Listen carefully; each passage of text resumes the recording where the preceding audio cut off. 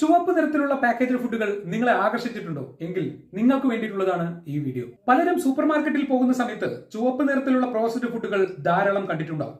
പക്ഷേ ഇവ തിരഞ്ഞെടുക്കുമ്പോൾ ഇൻഗ്രീഡിയൻസിൽ പ്രത്യേകം ശ്രദ്ധിക്കേണ്ട ഒരു കളറുണ്ട്.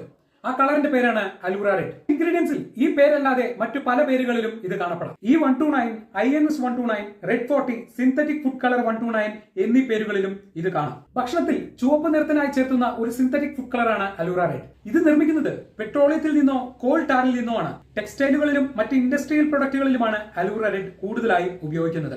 പക്ഷെ ഇപ്പോഴത് കോസ്റ്റ് എഫക്റ്റിനും അട്രാക്ഷനും വേണ്ടി ഫുഡ് പ്രൊഡക്റ്റുകളിലും ചേർത്ത് വരുന്നു. ചുവന്ന നിറത്തിലുള്ള സോഫ്റ്റ് ഡ്രിങ്ക്സുകളിൽ, എനർജി ഡ്രിങ്കുകളിൽ, ഐസ്ക്രീമുകളിൽ, ജാം, ജെല്ലി എന്നിവയിൽ, ചുവന്ന കേക്കുകളിൽ, കാൻഡീസുകളിൽ തുടങ്ങി നിരവധി ഫുഡ് പ്രൊഡക്റ്റുകളിൽ ഇത് കാണാൻ സാധിക്കും. ഈ കളർ യൂറോപ്പിലെ Norway, Germany, Denmark, Switzerland, Sweden, France, Austria എന്നീ രാജ്യങ്ങൾ ബാൻ ചെയ്തതാണ്.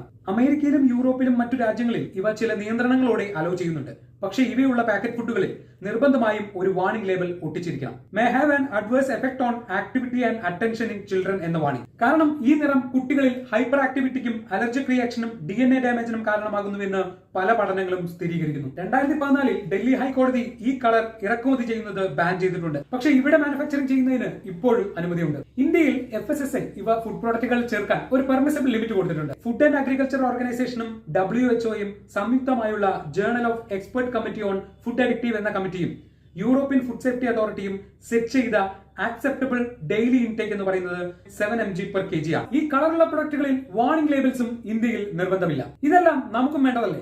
എന്താണ് നിങ്ങളുടെ അഭിപ്രായം?